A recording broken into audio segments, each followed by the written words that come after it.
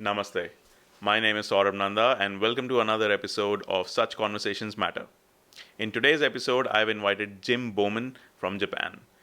Jim is actually Dutch, but he's been living in Japan for the past 3 years now. I met Jim when I went to Japan last year to join the Awaji Youth Federation. He was my senpai or senior in that particular organization. Jim has an amazing amount of experience in working with international teams. And that is what I want to discuss with him today: the growing influence of international and global teams, and how that will help us shape the planet, shape the world into a better future. So, without wasting any more time, hi Jim, how are you? Hi, Sarah. First of all, thank you for inviting me to this interview. I'm really glad we can have this kind of conversation. As you know, we've talked a bit about it before, but 2 months ago I gave up my job and I started my own coaching consulting career with startups in Japan and also in emerging markets. And it's really been a very pleasant experience. Really, it gives me a lot of energy, and I'm constantly thinking about what to do next, how to work towards the future. So it's been great so far. Oh, that's very good to know. So you're utilizing your time very well during this coronavirus situation, right? Yeah, the fortunate thing for me is that I'm on an island in Japan right now. So if you go to Tokyo or Osaka, the bigger cities, then a lot of people are really stuck in their house. But here in the rural area, I'm fortunate enough to be able to go outside every day. So I'm able to get some fresh air, like walk a bit, get some exercise. The only thing I really noticed from the pandemic is that I cannot go to the cafes or restaurants. But slowly the situation in Japan is becoming more under control. So I'm in a bit of a fortunate position compared to other people. That sounds really good. So, how has the situation been in Japan? I mean, you just told us about Tokyo and Osaka, but what is, because the government declared an emergency, right? Is the emergency still on, and what's going on? Yeah, I think this is how most foreigners within Japan feel is that once the pandemic kind of started in China back in January, February, it quickly moved on to Korea, Hong Kong, and Japan. But for some reason, the figures in Japan were always artificial. It seemed artificially low. At some point, there was a cruise ship, and it seemed, and most of the people that were infected were over there. But what we realized is that there must be more people infected in Japan, but the numbers are not coming out. Mm. And in the middle of March, when there was pressure from Europe and the US to like postpone the Olympics, Mm. all of a sudden the next day the numbers start spiking up, and in Tokyo especially the numbers start going up, and that's when in Europe and the US there's already a lockdown, and the government starts saying, okay, people please like stay home, stay home. But Japan has an interesting situation because constitution wise they cannot enforce people to stay at home. They can only strongly encourage people to stay at home. So early April, they asked people in Tokyo to stay at home. 1 or 2 weeks later, that same was asked for all the major cities like Osaka, Kyoto, Kobe, in Japan. And I think by the end of April, it was nationwide. Then until a week ago, it was still nationwide. Right now, slowly state by state is opening up. And I think in tomorrow or the day after, they're thinking of opening up everything except the Tokyo area. So slowly we're getting back to normal. Well, every country is dealing with the situation in its own unique way, right? Yeah. I just hope, and I think you two might be thinking the same, that things become normal as soon as possible so that we can get on with our lives. Yeah, I hope so as well. For me, fortunately, I'm able to do most of my work like digitally, but a lot of people have really been affected Mm. and impacted with their finances and for their families. So Japan, again, like we're fortunate enough to get some subsidies and funding from the government, but still, for some people whose livelihoods depended on, for instance, restaurant business, Mm. it's been quite tough. So I cannot wait for everybody to go back to their regular lifestyles. Right. Well, hopefully everything will be better. Okay, so let's begin the interview. All right. Okay. And Yeah. yes, thank you so much for taking out time for doing this. So, first question, Jim, what made you move to Japan and start working with an international team and international audience? Okay, you told me I have some time to answer this question, so I'll definitely make use of this time. So going back a little bit in time, I'm originally from the Netherlands, born and raised there. I did my bachelor's and master's program at a university in the Netherlands. During my bachelor's, I had the opportunity to go on exchange to Japan, to Mm-hmm. Nagoya, where I stayed for 4 months, and that kind of gave me the real, how to say, I was really able to experience what life in Asia was like. Up to that point, I've traveled across many countries in Europe and I've been to the US, but not yet Japan. And so many, like, my eyes were looking all around every time and we were like wide open because it's like a different planet for someone from Europe. But still in Japan, I was living in a bubble and I was feeling that I haven't experienced the real culture yet. So I decided when I went back to the Netherlands to finish my studies, I will come back to Japan someday and I will work and live here and really understand what it means to work in Japan. So fast forward a little bit, I graduated my master's. I joined a startup in the Netherlands focused on mobile games. And with the mobile games, we got games from China or Korea. And then we localized them for the Western markets, so Europe, North America, South America. In order to do that properly, I worked with people from all over Europe, as well as some Latin Americans and some Chinese people. So my studies was international. My startup experience in the Netherlands was international. And I just really, really enjoyed talking with people from different cultures because it opened up my mind so much to things that I took for granted as being like a rule almost. Mm-hmm. And you talk with someone, it's like, no, that's weird. Like, that doesn't work that way. So I really enjoyed that. And I did that for about 3 years, managing the office over there. And then I felt ready to take a next step. And I thought, what do I want to do next? It's like, oh, let me go back to Japan. Took a few months break, trying to find like the right job opportunity for myself that I really believed in. I wanted to work in a startup again. I came across what is called Awaji Youth Federation in the area I'm right now, Awaji Island. And what grabbed me was that it was a program made by a big company in Japan that tried to attract about 25 foreigners from all over the world to a rural area, trying to bring more employment opportunities, creating reasons for people to live in that area, and then also stimulating domestic and international tourism.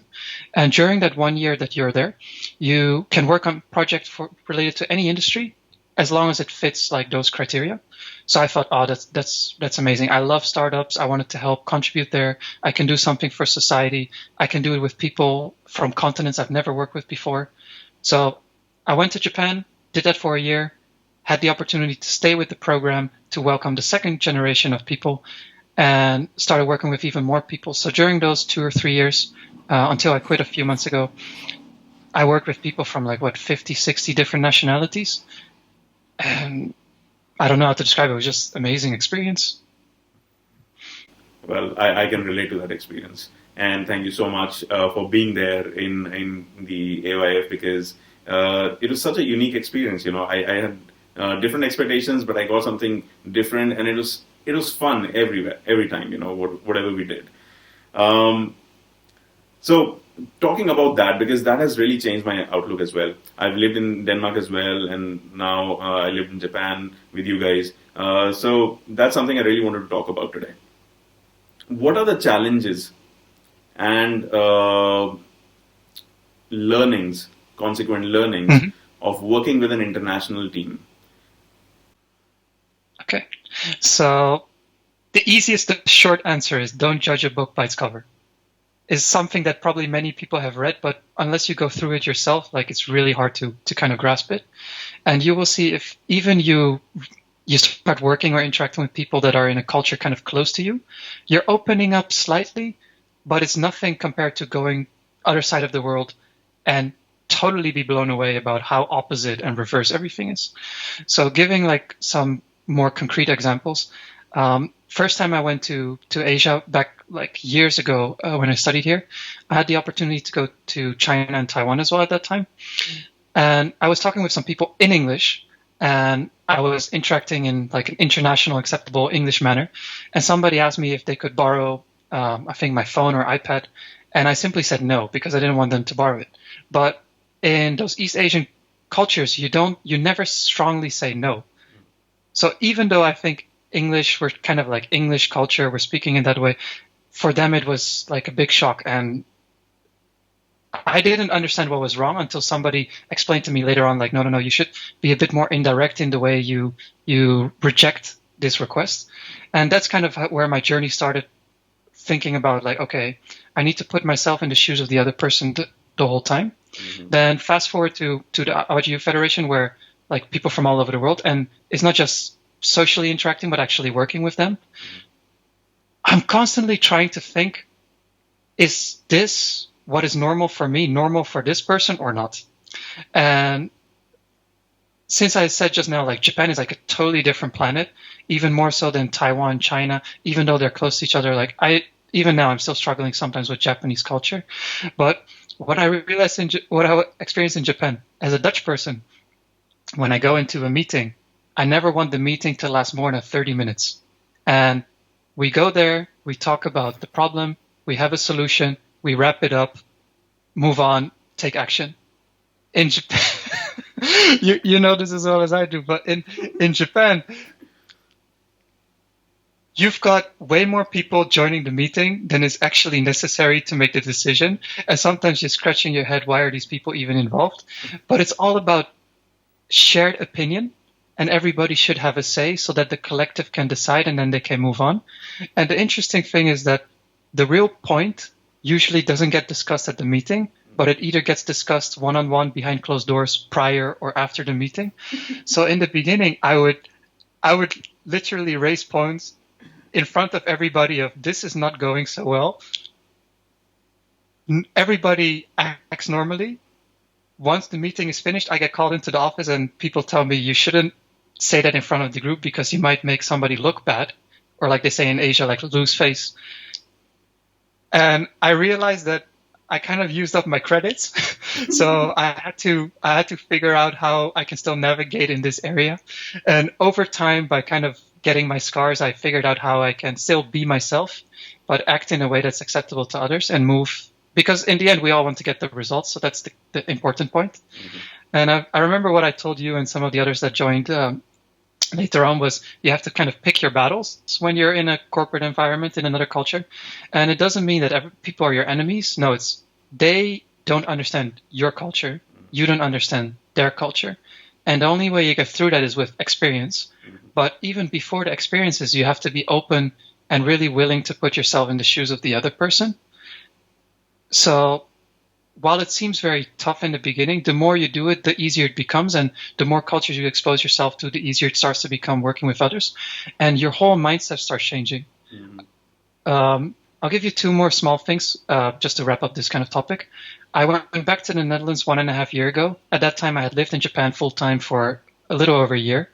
And I was going just simply to buy shirts. Mm-hmm.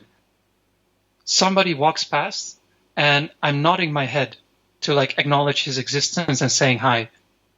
In the Netherlands, we don't nod our head. So that person looked at me like, what is this guy doing? And you can see that even though I still very strongly feel Dutch in many ways, I have absorbed so many nuances and body language and behavior from the other country that it's not even on my conscious mind anymore. And I feel some things make me better. It makes me more polite towards everybody. But when I go to another culture, I think like they're so rude. But I have to kind of become Dutch again and realize, no, they're not rude. It's just they're not used to it. And yeah, that brings me kind of to the point that just open yourself up to like all the experiences, and over time, like you start developing and growing yourself. So for me, it's been a blessing, but it definitely took a while to get to that point.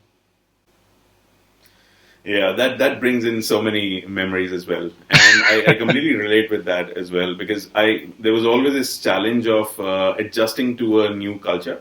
In my case, it was the Danish culture and the Japanese culture, but at the same time, remaining true to some parts of your identity. So I'm very Indian in a lot of ways, and I like to be that. But at the same time, there's this famous saying in English, and we have a similar saying in Hindi as well. When in Rome, be Roman, right? Right. So I think that's the only way to go about it. But yeah, thank you so much for that. So yes, so those are the challenges. But what learnings are there which would bring more people together rather than demotivate them? Because if for example you yourself have experienced this in Japan, that you're kind of scared as to understanding, okay, what is going on now? Did I do this right or not, right? So it becomes a life of its own. Your entire mind is having this filter in front of it, and you focus your energy more on understanding whether I'm right or wrong, and actually getting some work done, right? So Right. how would you like to motivate other people who would like to go international right now? I feel that what motivates people or keep people going is not so much the environment, although it has an impact, of course, but ultimately it comes from within. So what I realized when in my first year here in Japan, I saw a lot of people around me that had very strong convictions in the beginning, and they kind of started to crumble because they started losing their identity. And what I mean by that is that many times I come for the first time as a Dutch person, and I start getting this pressure from the Japanese culture, Yeah. and I'm in conflict with myself. Is are they right or am I right? And the more you think about it, you will realize both sides are right. It's just a different perspective. But as you're trying to adapt to their way of thinking because you want to get things done or you have a passion you want to follow, you tend to overcompensate and start going to almost becoming Japanese or more like that culture than the people that are actually living there. And that's totally a normal experience, especially the first time in a foreign culture, until maybe like the first 6 months is almost like paradise. Everything is new, everything is great. Then the second 6 months, you start going like, okay, let me compensate because I want to move things forward. And you're starting to lose yourself. Then once you get to almost the 1 year mark, it's pretty much your decision. And that's where I say the conviction comes from is who am I and what do I want to do in life? Of course, it can be very philosophical and very huge for like lifetime, but it can also be simply what does this 1 year mean for me? And the people I saw that struggled with it the most are the ones that haven't figured themselves out. So rather than a cultural question, it's more of a mental/emotional question. And that's where a support system becomes very important. So if you're living in another culture, what I notice that many expats do is that they start hanging out with people from their own culture because they want to feel home. They're homesick. And that becomes a very slippery slope, very dangerous slippery slope, because you're living, let's say, living in Japan, but in a way living in little Netherlands, and you're never adapting to either, and which means you're not evolving. But the core issue is that you're not figuring yourself out. So when I joined my studies, there were half of them were Dutch people and half of them were foreigners, and I just consciously made a decision: I'm only going to hang out with the foreigners for 3 months. It was easy to go with the Dutch, but I challenged myself to go with the foreigners because I wanted the diversity. And it's the same when I came to Japan. I wanted to talk more with Japanese people to understand their point of view.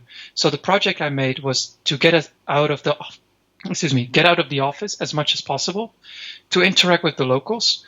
And over time, I always try to think I respect them. I try to respect them, and the lessons will come naturally. And you probably also notice that 1 year later, you have absorbed so many things from other people that you're not consciously aware of. Yeah. Then at that point, when you go back to India, it's not just culturally like you're, more diverse, but also the ideas you have for your life or the creativity you have to move things forward starts expanding so much more quickly. And I guess you start thinking about things on a much broader scale. So for me, originally growing up, I start thinking only about problems in the Netherlands. Then I go to Japan, I realize, wow, Netherlands is so nice. Problems there, like first world problems. And I start interacting in Japan with people in Africa. I'm thinking, wow, these people have real problems, but the people there are still happy. So that brings me back to the whole point of that. Ultimately, it's a question of yourself and making sure you have the right support system around you to keep pushing you and supporting you whenever you try to fall back. And whether you do that in a foreign environment or not, it doesn't really matter. And ultimately, we're all human beings. That's another notion that people tend to forget. They view it as us and them. Right. But it's like, no, everyone is us. It's just they have different life experiences. Even you and a fellow Indian, you might have a shared culture, but you went to a more prestigious high school than somebody else, for instance, or somebody had very poor upbringing.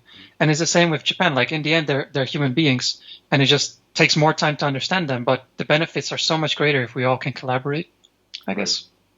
Wow, that's a very nice answer, Jim. But I completely agree with the fact.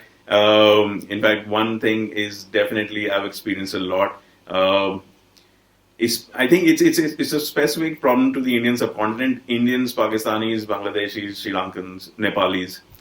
they would just go and huddle together, right?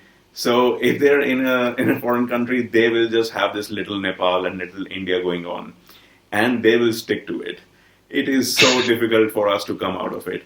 It is so bad. In fact, one of my Japanese friends once told me that when I told her that I'm moving to Japan for a year, and she was like, "Don't stay with Indians." So because she wanted me to experience Japan in a very different way, and that's what I did as well. So yeah, that makes a lot of sense. If I may add one thing based on what you just said, I feel ultimately, like I said, it's ultimately a question of the insight, and you're basically doing yourself a disservice by not interacting with people that are different from you, and by doing a disservice to yourself, you're doing a disservice to the others and to society or the world as a whole. So no matter what you want to do in life, if you simply want to have a family or like be happy with having a small farm, or you want to do great things and like Elon Musk bring people to Mars and colonize Mars, like the scale doesn't really matter. But anything you want to do in life, it's much faster to do it by knowing other people and getting input from so many sources. And you will realize that when you start looking around, when you start expanding your horizons and talking with more people, that the people around you are either supportive or they're against you.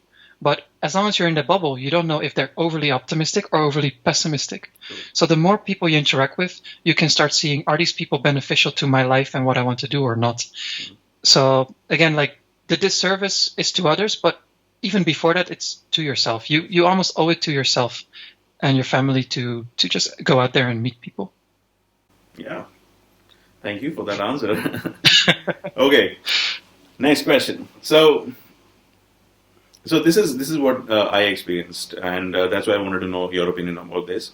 The question is, does a more international team, all right, have better innovations or not? Okay. So the short answer is yes. Okay. But I guess you want me to elaborate a bit more.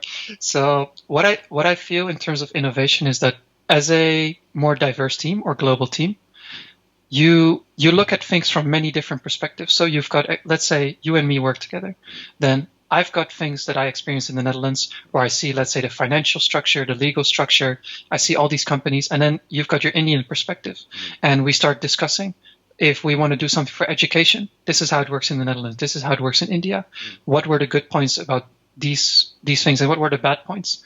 And then we start thinking, can we apply this to a much bigger society? Because we start thinking about the world or humanity as a whole. So in that sense, innovation on a larger scale, I feel is much better. But if you start thinking about impacting like an individual or impacting a small community, sometimes diversity can be against it because diversity brings with it scale. Because even we want to focus on the Netherlands together, there's still a part of you, of your identity that's Indian and that wants to do something for or give back to society back where you were from. So only thinking about the Netherlands or only thinking about India is just not possible for us. We want to do more. But if you're thinking about, let's say, rural India, Northeast India, then sometimes it's better to just have people from that area focus on the problems there because they are really dedicated and passionate about doing that rather than tackling something that's much bigger than that area. And in that sense, you can impact certain individuals' lives and innovations more by having a localized team. But even still, I feel you can never thrive if it's 100% local with like no foreign input. Because as I mentioned earlier, with the upbringing or the people around you, they're going to be either naysayers or haters or like too positive people. So that foreign perspective is still, or that outside perspective is still useful just to know, are we moving in the right direction? But ultimately, what part of society do you want to affect? I think makes the bigger difference in terms of is a global team or local team better? And what innovations will support that society or advancement in humanity, I guess. All right. That makes sense. So I agree on that front as well. They do provide a much bigger perspective, but maybe to solve smaller problems, it's useful to have smaller, more localized teams, right? Okay. So will the future, And when I say future, I'm talking about even if you take today's Corona crisis, we are so connected now. Right. There's an entire community of people. I'm not saying everyone in the world is connected to each other, but there's an entire community of people which are connected through the internet, and they regularly interact. And if you're regularly interacting for professional or personal reasons, you will ultimately end up understanding the other person's perspective. So there's a global consciousness which understands the other person from across the border. So in the future, will the future require more international teams, or do you think they will require more localized teams? I think they require more global teams. And there are so many factors for me that make me say that. First of all, like humanity as a whole, the human species is increasing. Right now we're like, 7.3 billion, and we're expected to have 9 billion in like 50 years or so.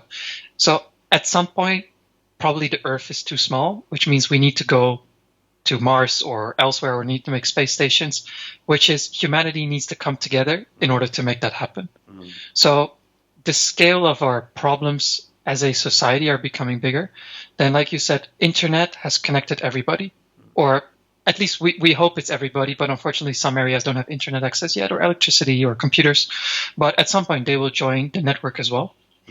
And we, let's say me, privileged person from the Netherlands, from like developed West Europe, I feel also has a moral obligation to lift people from poor regions out of poverty, or give them the same kind of education that I've been able to enjoy. So, because again, the problems that we're going to face in 50 or 100 years are so much bigger than just our small area. Sure, I said earlier that local teams are better for like local solutions, but when I look at the Netherlands, originally 300-400 years ago, we focused on just one city. And now we're not even focused on one nation anymore. We're thinking about European Union. And then as European Union, we're thinking about the world. So even the local areas in, let's say, Northeast India or other rural areas, like here in Japan, they're focusing on a local area. But at some point, they will be at a developmental stage where they also start becoming more international. And then finally, like, again, I reemphasized that with the internet, I got exposed to Korean pop music. I got exposed to Japanese anime. I got exposed to Hollywood movies. So even for just simply entertainment with Instagram, I get all this input from all over the world that whether I want to or not, it's influencing me, what I value, what I care about, and it's valuing the people around, or it's influencing the people around me as well. So I feel if you're too stuck in the local areas, again, you're doing a disservice to yourself, and your contributions towards anybody around you will just be so vastly diminished. And then finally, the innovations that you touched on earlier, the speed is just not going to be there.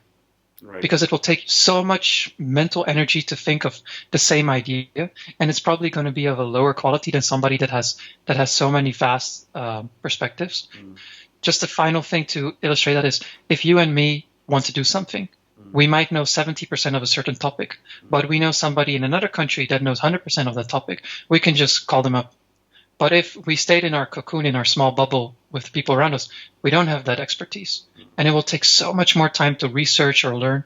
And we are fortunate enough to speak English, so we have so much access on the internet. But people from certain parts of Africa or Southeast Asia that don't speak English, even they have the internet, they still don't have access to it. So, yeah, global... You can tell I'm all like for global, pro-global. So I cannot see any other way than the world heading that direction. That is so accurate. And talking about the Netherlands, I think we need to thank that young innovator from the Netherlands who started the Ocean Cleanup Project, which is... All right. Amazing guy. Yeah, amazing. So even though Netherlands is a small country, the problem they were facing, the reasons are lying somewhere else in the world. And being part of that young innovator, I think he's not yet 20, right? If I'm not mistaken. I think he turned 20 or 21 this year, but he was 16 when he started. So that project is working on almost all the continents apart from Antarctica right now, and so one idea can have so many other innovations associated with it, which are providing solutions to everyone across the world. And I'm also inspired by another European Union product, Greta Thunberg. I am a big fan, and I definitely see her. I mean, I believe in Greta Thunberg more than a lot of political leaders in the world because she's talking about the right things, right? So, um, also, as you said, the language barrier is a huge thing. So, Yeah, one question regarding unfortunately. that. I had absolutely no access to the Japanese internet because I could not, wait for translating entire web pages. And I'm sure it was a similar problem for a lot of Japanese people who are not very good in English, getting access to the English internet, right? And there will always be this tussle.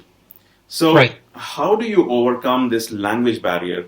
So, you know that the other person is an expert in that particular field. There's a Russian scientist, but who only publishes in Russian, right? And so, Right. there's a scientist in Bangladesh who only speaks Bengali, but wants to get access to that research.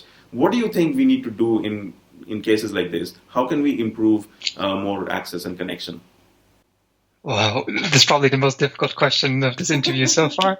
Uh, I think for now we just have to pray and like push Google to keep improving Google Translate because of course the what do you call it, the key research or key papers or key information from a certain country, it's getting more and more picked up by people from another language and translated.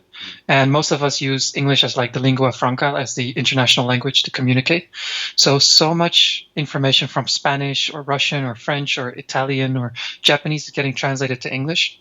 And you probably know as well, like in China alone, there are what 1.2, 1.3 billion people, and there's so much knowledge. It's such a like separated market that has so much knowledge in there, even from like 2,000, 3,000 years ago, that's still not available in English. And English is like more of a modern, like science-based language. But these two are still not interacting, and there's just too much knowledge out there in the world that we humanly cannot keep up with it to keep translating everything and interpreting everything. Fortunately, it's getting better, even as human labor, because more of us are growing up learning 2, 3, 4 languages. So even you and me, Mm-hmm. I don't speak Hindi, you don't speak Dutch, but both of us grew up speaking English, so at least that opens up communication. Then both of us might start learning a third language, but we know that elementary school students right now, this day and age, they're already learning 3 or 4 languages. They're getting exposed on Instagram to different languages, on YouTube. So naturally, we're learning more and more languages from a young age so that generations in the future will be able to communicate with even more people, have access to even more information sources. But I think for all the generations together, the only thing we can really hope is that technology catches up and really accurately or 99% accurately translates.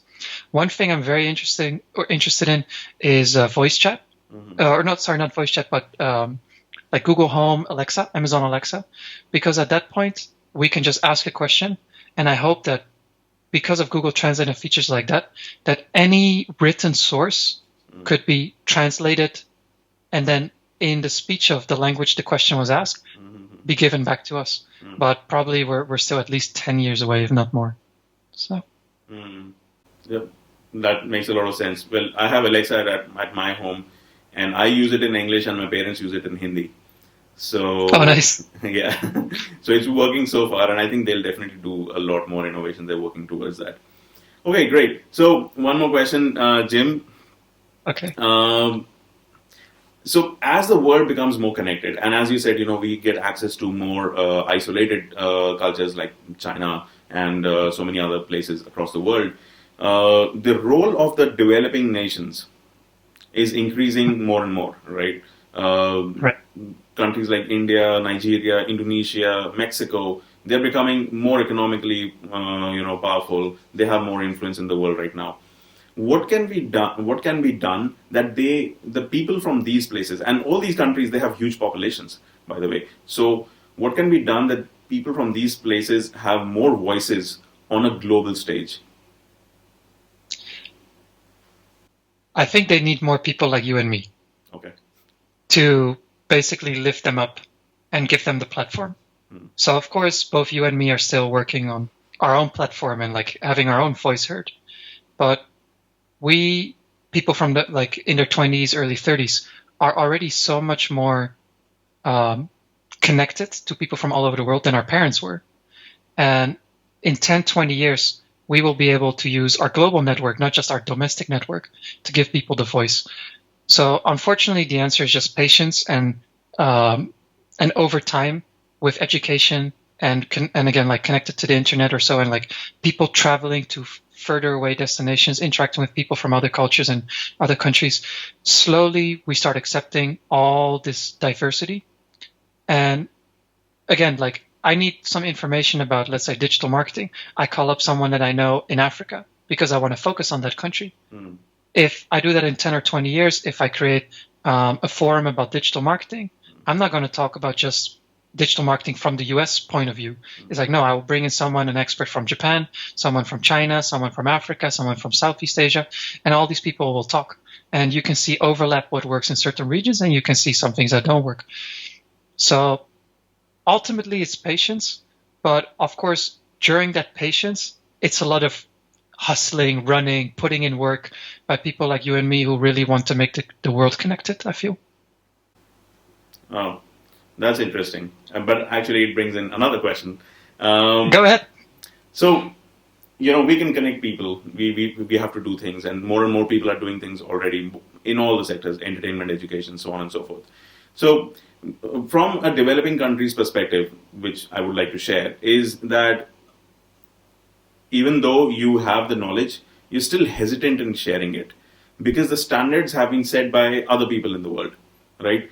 So what can be done so that people from developing countries, they are more vocal about it? So I'm not saying that they don't have a voice right now. They do. The question is, what can we do to motivate people who have access and who have a voice to speak up more? I think you touch on something that I briefly talked about earlier. Is in the end, it's an internal thing.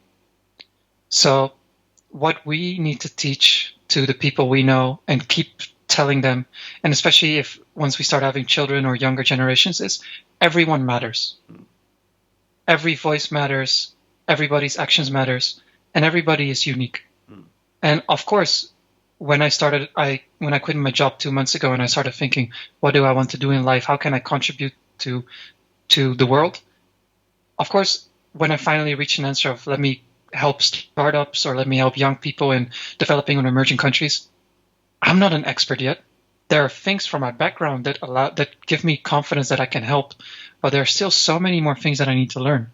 But the key point here is that we're always learning. We will never finish. And we will never read all the books in the world. We will never watch every YouTube video that comes out. We will never, any multimedia source or information source will never be able to communicate and learn and absorb everything. So that point of feeling inferior, that's the fear that's holding you back. And that's not something that the outside world can help you with. That's something that comes from the inside. So to stimulate people and make them take the action and let them see, if you don't take an action, nothing will change in your world. But once you take that first step, was it as scary as you really thought it was? When you let your voice be heard for the first time, was it really that scary? And let's say there are haters out there. You put out a YouTube video, all the comments are negative. You go back into your shell and you hold back again. And maybe you're traumatized, you stop again for 10 years. But do you just want to waste your time and think about what all these people are saying? Or do you think about, okay, all these haters, that's basically comments for me because these people still listen to my voice. They still heard what I said. I can take this as a way to improve. How can I talk with these people to convince them about my point of view? Or not even convince, how can I understand their point of view? And together we can learn more. Because haters in the end is just people with a different perspective. So it comes back to what we talked about so far, the understanding from the other side of the other point of view, the other side's perspective. So haters are haters because you don't understand them and they don't understand you. You communicate with them, you learn something new, which you can then make a video about, or you can talk to other people that are close to you about, and slowly that starts spreading around to each other. But as long as you hold yourself back from, should I try this or not? The answer is always, yes, try. See what happens. Worst case is, different point of view means opportunity to learn. Then you can say, I want to talk about this topic, but other people are better. inferiority complex. It's like, yes, and those people will probably always be better than you because they have more life experience. But think about it this way. They're 40, you are 20. In 20 years, you'll be 40. You will definitely be at a better stage in life than they were when they were 40, because there's all this content that you can absorb at a faster pace than they can. So people oftentimes confuse inability with just patience. And you just need to run every day as fast as you can to that vision you have of a better world or a vision of a better life for yourself and your family. Sometimes you take a look back just to see how far you've climbed that mountain, but don't look back too much, because that's basically wasting your time of getting to that peak or getting to the next mountain as quickly as possible. And before you know it, give it a year, give it 2 years, give it 3 years, and the world is totally different. Your point of view is totally different, and that's where confidence comes from, the experience. Well, I think you touched on a very important point there. The world is constantly changing, and one of the things, if you are still fearful of voicing yourself and thinking about how will people receive me, well, 2-3 years down the line, the standards will automatically change, and probably your voice will become trending, right? But at the same time, I think the internet also offers a lot of space for displaying your uniqueness. Well, I think, Sarb, just to interrupt you real quick, sorry for that, is anybody who watches this and is doubting or wondering, should I say something? Should I speak up about something? I don't know about you, but they can send me a message, and I will talk with them. Okay. And I will listen to their voice. Perfect. And we'll start from there. That's all. Sorry. No, that's really helpful. I mean, it takes a lot of courage to actually offer help like that. Thank you so much, Jim. And so that is why I wanted to interview Jim, guys, because Jim is one of those people who has this ability to bring anything down to its bare bones and talk about it in a very conceptual way. Please follow Jim on his daily Jim section in LinkedIn. He has this 3 to 4 minute little Gyan session about what he does with startups and how he motivates a lot of people who want to do things in life but are holding themselves back because of some reason. I get a lot of inspiration from him every single day, and I hope you enjoyed the video. Please provide us with a lot of your comments and feedback. If you want to contact Jim, like Jim offered right now, very, very, kindly. If you want to contact Jim, just let me know. I'll connect you both. Or you can just follow Jim on LinkedIn. His name is Jim Bowman. Please follow him. Thank you so much for watching this video. And until next time, see you. Be safe. Keep your family safe. Thank you, Jim. Thank you for taking your time. Thank you, Sarab, and everybody, thank you for watching.